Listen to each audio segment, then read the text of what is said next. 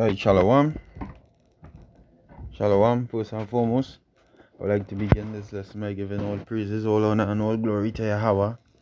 Ba'asham Yahweh Ba'asham Rachakodash, and double honors to the apostles and the elders of Great Millstone that rule well. Peace, blessings, and salutation goes out to the elect Akim, scattered across the four corners of the globe, pushing this word out in sincerity and in truth. This here is Amma One from the Great Millstone Camp, coming back to do another quick edification, or really quick, a video through the spirit. Alright, and the name of this lesson is, his focus is on the temple, and they're talking about Esau, Edom. Alright, because through various captivities, alright, his main target was the temple of the Lord. Alright, now he will always target the temple of the Lord. So like seeing that is the case, the temple of the Lord is seeing that is his target. Alright, that would mean he will eventually come for the men who serve Yahweh Ba'asham Yahweh Shai in sincerity and in truth. Because I was going to start with Obadiah, but before I read Obadiah, I will get his precept in Revelation, the 12th chapter and the last verse. It says, "And the dragon was wroth with the woman, and went to make war with the remnant of her seed, which keep the commandments of the Most High, and have the testimony of Yahweh Shai HaMashiach." So he's coming to make war with the ones that keep the testimony of Yahweh Shai HaMashiach. Alright, so this is Obadiah, the 1st chapter and the 1st verse. And it says, "For thy violence against thy brother Jacob, shame shall cover thee, and thou shalt be cut off forever." And this is speaking of Esau, Edom, because when you read the first verse in Obadiah, it says, "The vision of Obadiah. Thus saith the Lord power concerning Edom. We have heard a rumor from the Lord, and an ambassador is sent among the heathen. Arise ye, and let us rise up against them in battle." So this is concerning Edom. So when it says, "For thy violence against thy brother Jacob, shame shall cover thee," verse 11 says, in the day that thou stoodest on the other side, in the day that the strangers carried away captive his forces." And this was talking about the destruction of Jacob in Babylon with Nebuchadnezzar and all of them. Alright. Carried away captive his forces, and foreigners entered into his gates, and cast lots upon Jerusalem, even thou was one of them. So it's saying that Esau was one of, alright, the ones who helped. And we will get our precept as well. So that was always his target. Now, this happened on many occasions, but primarily when we were led away captive from Jerusalem into Babylon. Alright, Esau was right there. Verse 12 says, "But thou shouldest not have looked on the day of thy brother, in the day that he became a stranger, neither shouldest thou have rejoiced over the children of Judah in the day of their destruction. Neither shouldest thou have spoken proudly in the day of distress. Thou shouldest not have entered into the gate of my people in the day of their calamity. Yea, thou shouldest not have looked on their affliction in the day of their calamity, nor have laid hands on their substance in the day of their calamity. Neither shouldest thou have stood in the crossway to cut off those that did escape neither shouldest thou have delivered up those of his that did remain. Alright, so the Lord giving Esau that stern warning, hey, you should not do that, you should not do this, you should not do that. Alright, now this is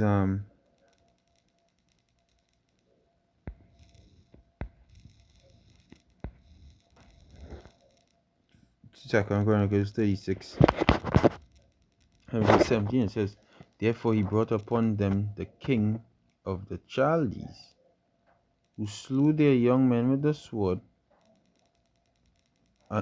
in the houses of their sanctuary, and had no compassion upon young man or maiden or old man, or him that stooped for age, and he gave them all into his hand. And this is dealing with Jake. Alright, the Lord say the king of the Chaldees, alright, he gave them, that is who? That is Nebuchadnezzar. Right, and all the vessels of the Lord, and all the vessels of the house of the Most High, great and small, and the treasures of the house of Yahweh. Now remember, I now say Esau was right here. So let me just look for who is king of the Chaldees, right?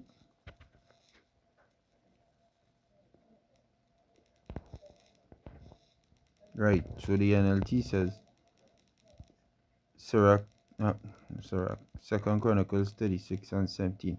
So Yahweh brought the king of Babylon against them. The Babylonians killed Judah's young men. Right, so see, even chasing after them into the temple. Now Esau, right? Esau was right there. That's what we just read in Obadiah. Oh shit. Sorry. Oh shucks. What the hell is going on with me, buddy? Select. Let me just pause this. Right, so we seeing that we just read, right, that Esau was right there when they were escaping. Let me read over this, right, because this going into exactly what Obadiah was speaking of. Now Esau do we all kind of wickedness through various different lifetimes, but specifically this is what he was talking about, right? So these are the NLT, and it says, so Yahweh brought the king of Babylon against them. Second Chronicles chapter 36 and verse 17. The Babylonians killed Judah's young men, even chasing after them into the temple. They had no pity on the people, killing both young men and young women, the old and the infirm. God handed, Yahweh, the Most High, handed all of them over to Nebuchadnezzar. Right? Because that is what he was speaking of. Alright? Because right after that, it goes into Cyrus, right? It tells you about Cyrus, which was the kingdom of the Persians, because after Babylon, the Persians came. Alright, so when Jake was trying to run and escape,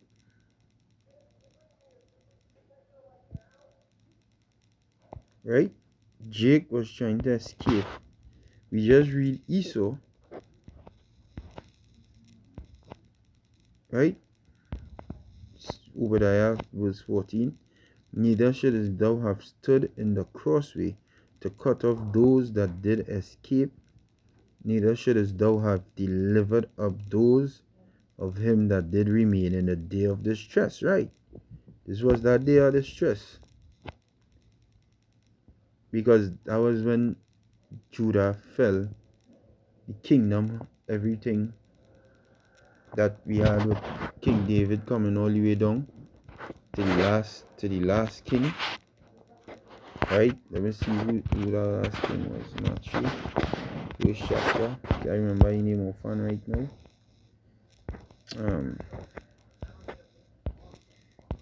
Everything spiritual. You see 14 generations for everything. So these Matthew 1 and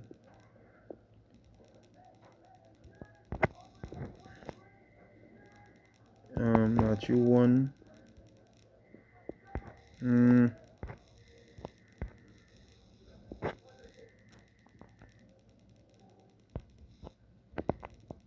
11, it says, and Josiah begat Jeconiah and his brethren about the time they were carried away to Babylon. So Josiah and Jeconiah, right, that was the last of the kings, if I'm mistaken. But let's look for it to confirm. Right, so we see the last king of Judah was Zedekiah, right? Zedekiah.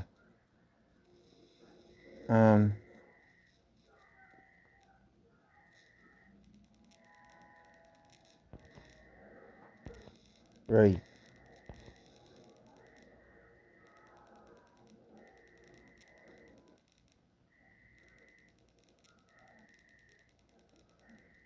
Right, so we see in Zedekiah, right? Nebuchadnezzar gave him the kingship. Nebuchadnezzar gave him that. Right? And then you see in Zerubbabel and all of them coming all the way down. So the kingdom fell. So who crushed the kingdom? That was the Babylonians, right? The kingdom of Judah. That we completely went into constant captivity under everybody. Right? And then you had Levites actually being kings in Israel. They were called in the Greek Empire, the branch of to be known as the Hasmonean dynasty. Alright? But nevertheless, when Babylon come and destroy Jerusalem, Esau was right there. Alright? Even though was one of them. And we don't read that. Then we get our back. Esau was right there. Because that is his main focus. His main focus is, right? Is the temple. In the day that thou stoodest on the other side, in the day that the strangers carried away captive his forces, and foreigners entered into his gates, and cast lots upon Jerusalem, meaning divided it, even thou was one of them. He was right there. Edomites was right there when Babylon came and ransacked Jerusalem. Alright, now Psalms 147. Alright, now this isn't complete because they did it back then, but they also did it in the future. Okay, thousands of years in the future, they did the same thing. Which now, alright, is the complete fulfillment when Esau take we and bring we into captivity and destroy we. Right, he did all the evil he could have done. Now it's time for Yahushua to return and destroy it. Alright? But there was a lot of history of wickedness the Edomites did unto us. Because it started when the Babylonians came. They came with force. They were right there. Right? Say Psalms 147. It's Psalms 137. Right?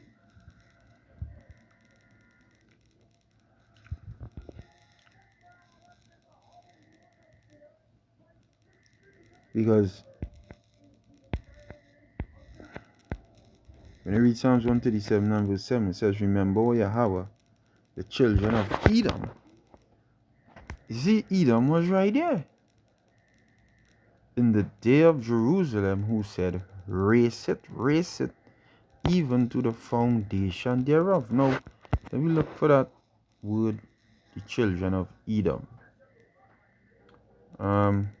The NLT says, O Yahweh, remember what the Edomites did on the day the armies of Babylon captured Jerusalem. Destroy it, they yelled. Level it to the ground. You see? Destroy it. Level it to the ground. Erase it. And they were right there. And one of the main things they did, which is what the Apocrypha tells us,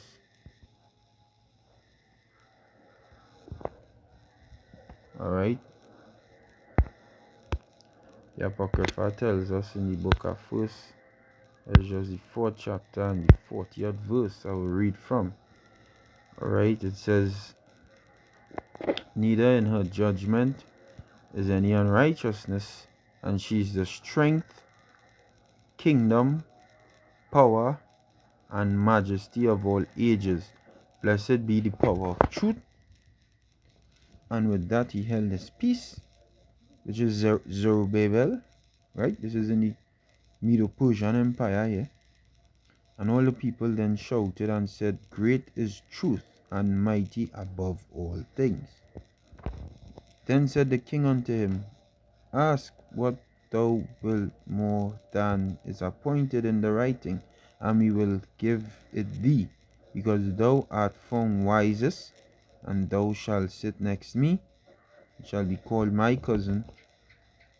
Then said he unto the king, remember thy vow which thou hast vowed to build Jerusalem in the day when thou camest to thy kingdom, and to send away all the vessels that were taken away out of Jerusalem, which Cyrus set apart, when he vowed to destroy Babylon, and to send them again thither. Thou hast also vowed to build up the temple which the Edomites burned when Judea was made desolate by the Chaldees. You see, the Edomites, so their name came up, right? Because they were right there, but them do more than just cut off the destroy. They said race it. They were right there, right? They were right there to destroy Jake. Okay, they were right there to destroy Jake, because that was their whole mission. At the end of the day, their focus is on the temple. So they destroyed the first temple, right? When they were Romans, right? When they were Romans, known as Romans, but they were Edomites nevertheless. When they were known as Romans, right? 70 AD, right? Look for 70 AD. I'm going to look for 70 AD, right?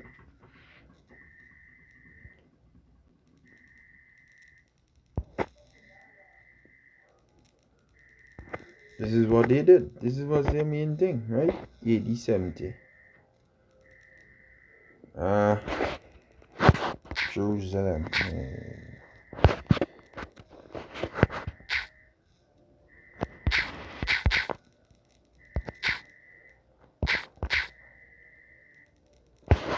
Right, Jerusalem 70 AD. And it says the destruction of Jerusalem in 70 AD. And who was the destroyers? And what was their main thing?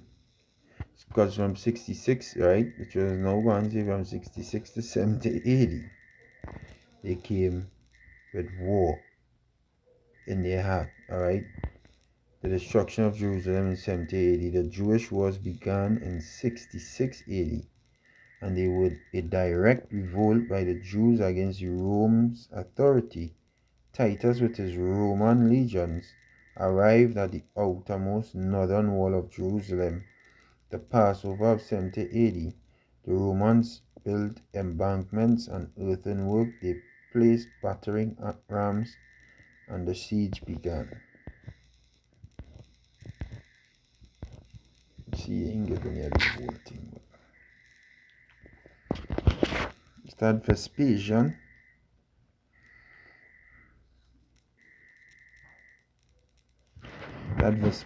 Titus, and Domitian. Vespasian is the father, Titus is the older brother, and Domitian is the younger brother. And they destroyed Jerusalem.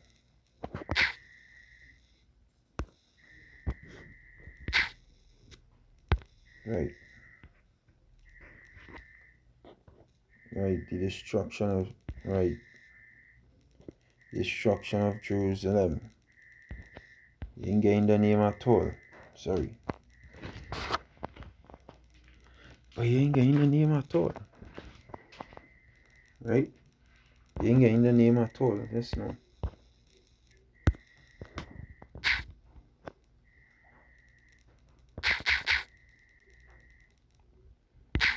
Vespasian. Right, Vespasian.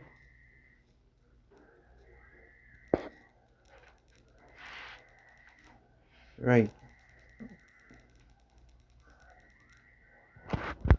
Look at right here, Warfare History Network. The fall of Jerusalem, 70 AD, a story of Roman revenge. Roman general Titus stormed Jerusalem in 70 AD in a bloody battle that destroyed much of the city. Titus was Vespasian's son. Alright? Burn the temple. I'm going to look for the burn, 70 AD, burn temple. I don't know how I accustomed getting this, but do you know what I'm making? Burned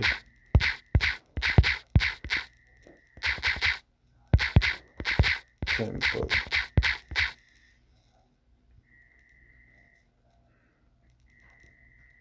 The Romans destroyed the temple at Jerusalem at 70 AD. Right?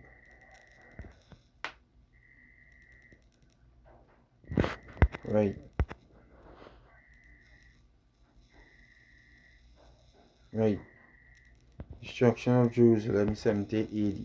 On August 10, 70 AD, the 9th of the Jewish month of Av, according to the Jewish chronology, the very day when the king of Babylon burned Solomon's temple in 586 BC, which that wasn't the king of Babylon who burned Solomon's temple, we now read it. It says, there was also, 1 Ezra 4 and 45, there was also vowed to build up the temple which the Edomites burned when Jerusalem was made desolate by the Chaldees, right? Because the Babylonians were not of Edomite descent, but Edom was right there. Okay? The newly renovated temple of Herod was burned by the Roman general Titus following a Jewish revolt that began a few years earlier in 66. After months of siege above the city, Titus took the city on this date and put it to the torch, burning the temple, leaving not one stone upon another, also fulfilling Yahweh's prophecy. Right? Matthew 24 and 1. With destruction of Jerusalem, the prophecy of Yahweh that one stone, right, was fulfilled, right, would not be left upon another was fulfilled. The gold of the temple melted when the temple itself was burned and flowed into the cracks between stone pavers. Soldiers tore the stones apart to retrieve the gold, fulfilling Yahweh's prophecy. The menorah and other vessels of the temple were taken to Rome and the treasury robbed. As the prophet Daniel had predicted, the temple was destroyed after the Messiah had presented himself to Israel. Now,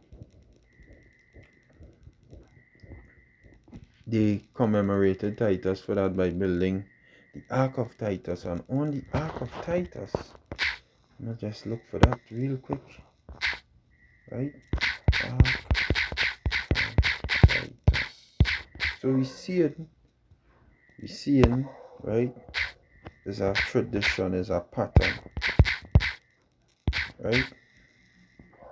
It's a pattern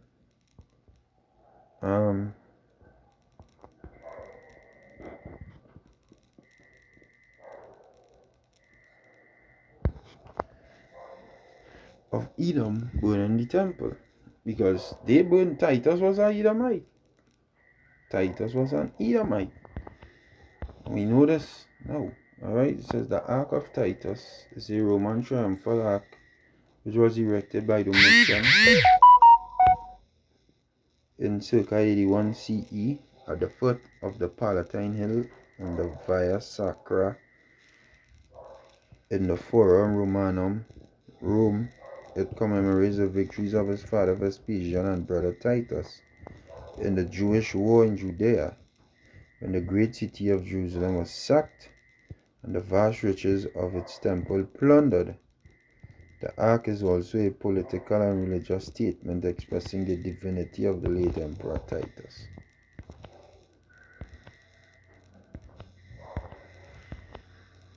Right, so if we could see here, people toting the menorah out of the temple and looting the temple, that was Edom. They and don't be surprised to see them take this down and all. Just now we don't see the taking down Teddy Roosevelt. They build statues to show the take down Jake. Is not Theodore Roosevelt wasn't the first one. Right? So the Edomites burned the temple at Jerusalem. They burned the first temple. Now the target would be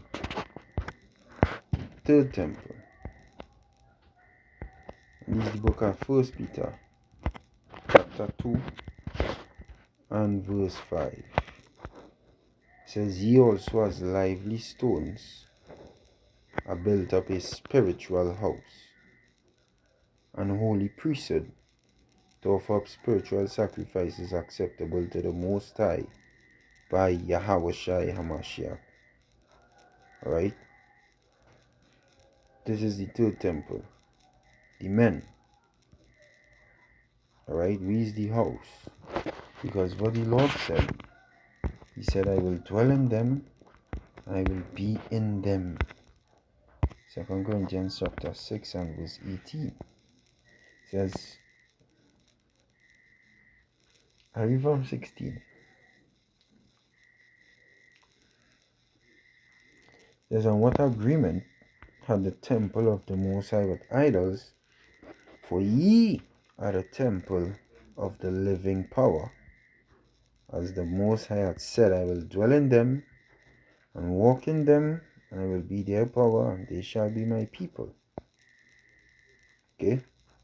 So we, the men on the highways and the byways, the Israelites, alright, we are the temple. We is the house, are the Lord. The Lord dwells within us. Alright? Know ye not that your body, and Peter, the Apostle Peter, even go so and say, our body are likened unto blocks or stones to build up the house. So every member is a stone. Every member is a stone in the building of the temple. Flesh, men. Alright? Not a physical temple like a building somewhere, but rather men. This is how the Lord delighted in it. Okay? This is the Lord's delight. This is 1 Corinthians chapter 3, verse 16. It says, know ye not that ye are the temple of the Most High, and that the Spirit of the Most High dwelleth in you, because he so tell himself that he burned 2 temples and he win, because he looking at it like Alright, once I burn the temple, they won't have no way to worship. They won't have no way to worship. The God can't dwell with them once I burn that temple. Like what he telling himself, but the Lord say we are the temple. Okay, verse 17 it says, if any man defile the temple of God, him shall the Most High destroy. And Esau defile the temple of God. Now this talking about a man who wants shit and in the ministry. And he committing adultery. He have been a homosexual. He selling drugs. He doing all kind of sorcery, extortion, all these things. Defiling the temple of the Most High. But Esau, Edom, if you're using it twofold, he defiled the temple of the Most High, the Israelites, by feeding them all kind of abominations, teaching them lies, alright, putting filth in their way as stumbling blocks for them to go off.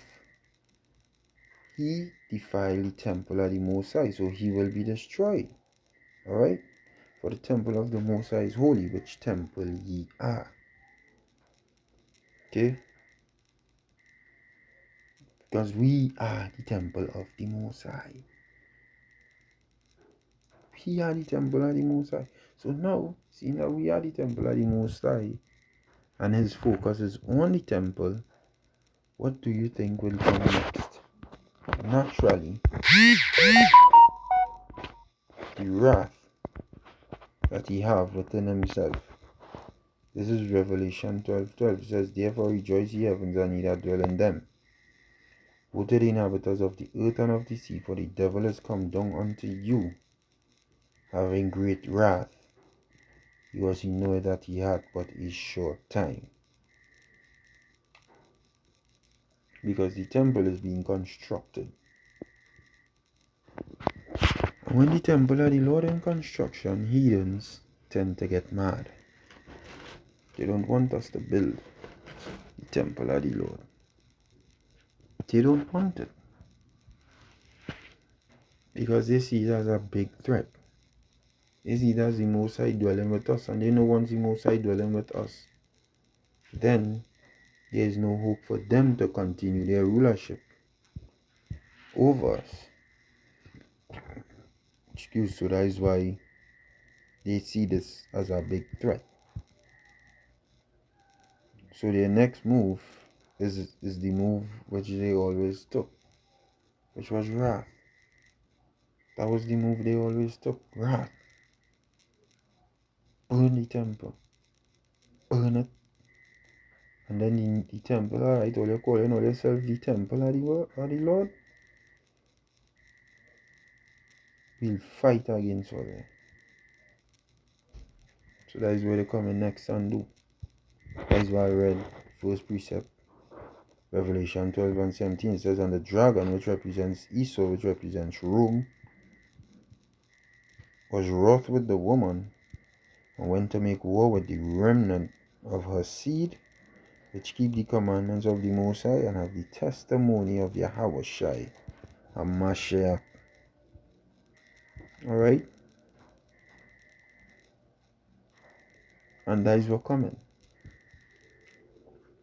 They're going and try and make war with the remnant of the Lord's seed, the elect. That is the temple. As of right now, all Israel is the temple of the Lord. But as of right now, the elect is the temple of the Lord. Alright? So he's coming to make war with us, because that was his focus point from day one.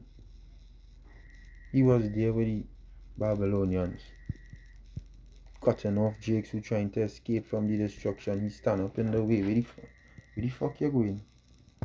Where the fuck you feel you going? No way. Hey, look, I catch one here, boy. Look one. Look, he running there. And run you down. They try and kill you. For the Babylonians' sake. Burn the temple, as it says in it, first Ezra 1:45. Right, Edom? Burn it. Secular history. Burn the second temple. Right? Yahweh Shai prophesied about it.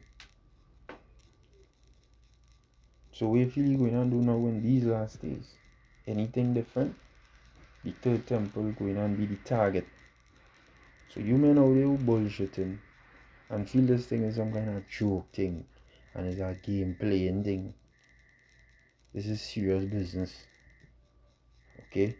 This is serious business. It's not no joke. Third temple is the target. Because that was always the target. Coming for the elect just now. You know? So hopefully I tried my best to walk you through all the wickedness he did us in the past, targeting the temple of the Lord. Now that his third temple is being built, he will come and target it. So we had to gird up our loins like men. For real. And if we had to die for Yahweh Ba'ashem Yahweh Shai, we die. Alright? As the Apostle Paul said, he's not ready to be only bound, but also to die for the Lord. And he said as a man, he said, are you ready to die for the Lord? And that's how we have to be in this world. You know? So yeah, well, hopefully with that you've been edified, and I will give all praises, honor, and glory to Yahweh, Ba'ashem Yahweh Shai, Ba'ashem Akakwadash. And shalom to the elect Akim, and stay strong Akim, and shalom. All praises to Allah.